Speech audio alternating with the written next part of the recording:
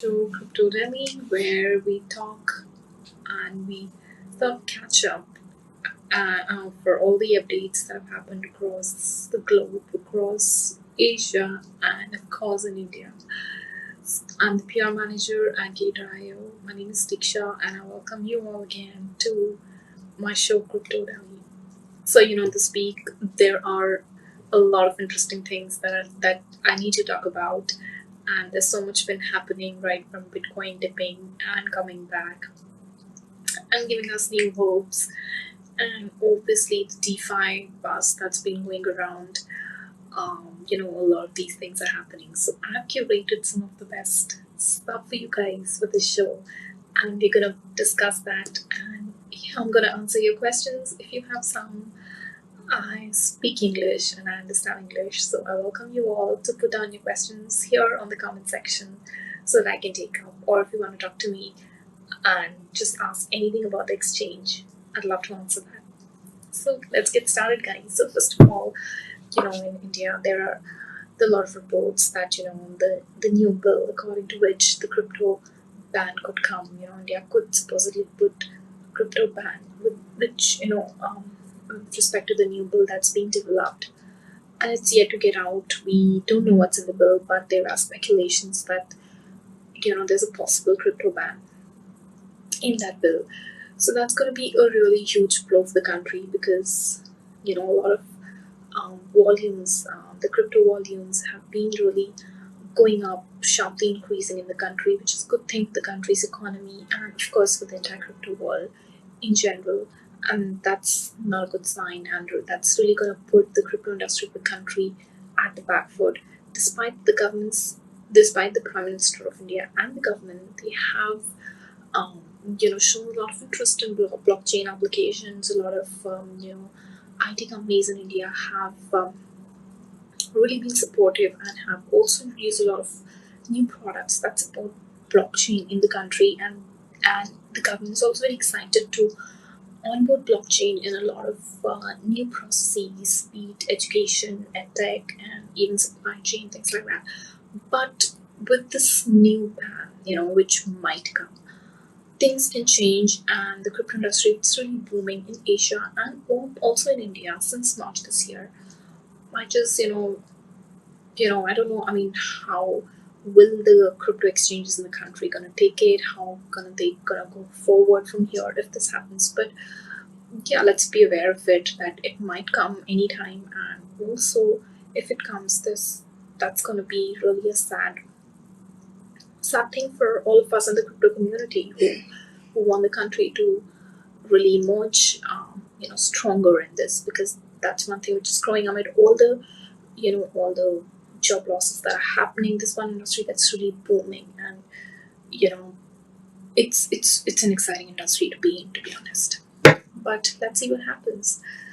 As I said, a Bitcoin price dipped below 10K last week for the first time after March, and since then it has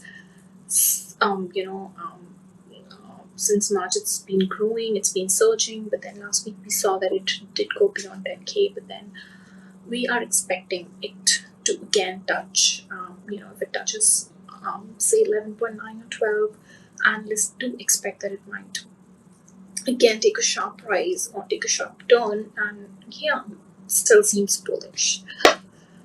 Well, there's something interesting I was reading is that Bitcoin Core had sort of had a bug in 2018, which is now fixed, which was a high severity bug and was fixed, and no one appears to have attempted to exploit it. Since then, the bug could have allowed attackers to steal or hack and get a lot of funds out, but thankfully that's been fixed. And as a community who's experiencing the DeFi buzz and been watching that space, this could probably predict that August, since we saw that August was a great month for DeFi. August was also a good month for Bitcoin and Ethereum, with volumes and fees rising sharply, and early indicators of September. Now that we are in mid-September, it's only trending upward. Also, other countries, and especially in the European Union, the European Central Bank they have taken a lot of steps to accelerate the adoption of digital currencies, right? And the EU residents are definitely becoming more comfortable with digital and contactless payments, as we know. And a panel of Eurozone central bank officials reportedly is also set to reveal a verdict where a European central bank digital currency could be planned. And according to the ECB, the results of a task force studying the potential effects of CBDC in Europe and effects on Europe will be announced in the coming few weeks, as we see. Of course, also, we saw that Mastercard platform is all set to test digital currencies, and as we know, it's a payment giant, company like that doing something is gonna give us as a community a lot of push. And they have released a platform that allows central banks to test how proposed central bank digital currencies against CBDCs would work in real life, and how would we as people, would use it in our day-to-day lives. And Mastercard has also launched a virtual testing environment that can, simulate all the issuance, distribution, and exchange of the digital currencies, which is backed by central banks, between banks and finance service providers, that we have, as well as end consumers. People, the end consumers, how they're going to use it, how they're going to utilize it in purchasing, everyday goods and services and things like that. Also, recently Beijing has been named as the top blockchain city in China, and in 2020. So the Chinese blockchain innovation rankings, they named Beijing as the top blockchain innovation city in China, ahead of Shenzhen, that was on the spot earlier, and which is exciting, right? And DeFi ushers, obviously, I mean, DeFi has been breaking records, but August was a huge month for DeFi. The volumes went up sharply. If you've been following this space this summer, you'll probably know that August was a record-breaking month for on-chain volume trading and Ethereum transaction fees, as well as we talk. I mean, this has been a good month overall for DeFi and also for Bitcoin and Ethereum. And total adjusted on-chain volume saw like a 13-month high in August, and Bitcoin on-chain volume increased by 23% and has been and touched almost 81 billion US dollars. Again, Ethereum's on-chain volume also showed a massive increase of 82% from about 25 billion to about 42 billion. Overall, Bitcoin still maintained an on-chain volume in August that was almost 2 times higher than Ethereum's. And transaction fees on Ethereum have been increasing. I've personally seen that, an all-time high of about 40% of the total miner revenue, compared to what was in May, which was meager 10%. Right? I mean, even 10% isn't less, but then look at 40%. It's something, right? And big names are taking notice of the DeFi frenzy, right? As the volume of DeFi tokens on over-the-counter desks have ballooned over the last quarter. However, these desks still appear wary of the trading on decentralized exchanges. As for September, volume on Uniswap, which was really news in the first 10 days of the month, has already surpassed August's total numbers, and the second largest DEX, Curve, had also exceeded August's record numbers by Thursday, which is exciting, right? And Bitcoin transactions have, again, when we talk about emerging economies, we really need to notice which economies have been seeing a huge surge in Bitcoin transactions, because that's going to ultimately push the mainstream adoption of the currency. And Africa again has seen a massive increase, especially in the small businesses, which is really good news, because unless we get the digital currencies in the small businesses, in the hands of people, small businesses, people using it on a day-to-day basis, even for trading, not just whales using it, but even the newbies coming in and new guys using Bitcoin and understanding how it works and understanding how it can be used and how it's different and how it's really transformational when it comes to finance. That's very important, and this is what this says, that the small businesses in Africa have been using Bitcoin, and the transactions have gone really up. jumped to 55% in a year to reach about $316 million in June, which was a data reported by Chain Analysis. The number of monthly transfers also jumped over by 55%, um, and to over 600,000 US dollars. And yeah, this is like kind of driving the boom of Bitcoin in Africa right now.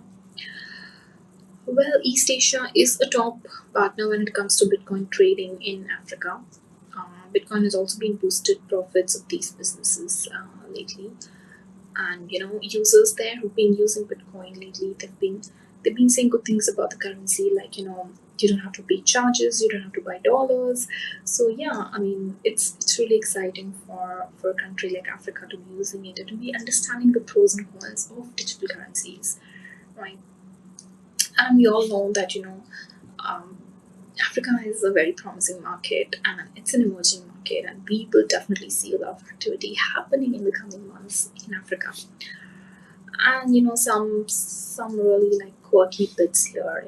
You must have seen that Twitter CEO, he really said that a native currency, if the world wants a native currency, it has to be Bitcoin, because it's going to be the best manifestation of blockchain of the concept thus far. And he said that it was really really essential, for people like him and for operators to make Bitcoin become very easy, for people to access, understand, utilize. Again, we need to understand people like us, who are not whales, and and people who don't know what cryptocurrency is, and they're really doing it for the first time. They need to understand the concept. They need to understand the utilization and how it's going to work. When it comes to the mainstream adoption. And yeah, he said that the two critical challenges that Bitcoin is currently facing to sort of become the native currency, if we wanted to become, the long transaction times, obviously, and the lack of intuitive, user-friendly interface. So that's interesting. All right, as I said, be it the DeFi buzz or be the huge success in Bitcoin and the Ethereum transactions and the volumes lately, and especially in August, a lot of big guys, a lot of the mainstream guys have been seeing it and have been you know prompted to think about how these digital currencies can be used in the mainstream ecosystem, and trying to understand the challenges and trying to pinpoint, which is very very important, which is gonna push us as a community to bring about and to understand those challenges and bring about solutions to those. So that's really important, right? So yeah, all we want is that, of course, there are challenges and everything is in the nascent stage, but we still want that, if mainstream community takes a note from these challenges and is interested in knowing what doesn't work, what works, and what are the problems and who's working on it, and what can we do to solve it, and what are the possible ways to get digital currencies in the hands of normal people. That itself is a big win, and I would call it a real progress, right? So that's it for today, guys, and I kept it short and just discussed some critical aspects with you. But there's a lot happening in the DeFi space, with all new tokens coming, rising, dropping, and things like that. And I know you've been seeing that on Twitter all over this week and earlier weeks, especially in September as well.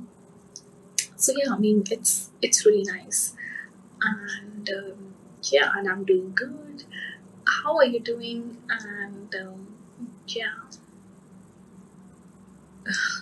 it's really nice to read your comments here, guys. And of course, I'd encourage you to ask me questions around the subject that we're talking. But of course, it's so nice to see you and writing comments here. Have a great day, guys, and I'll see you next week, same day, same time, on my show, Cryptoindia.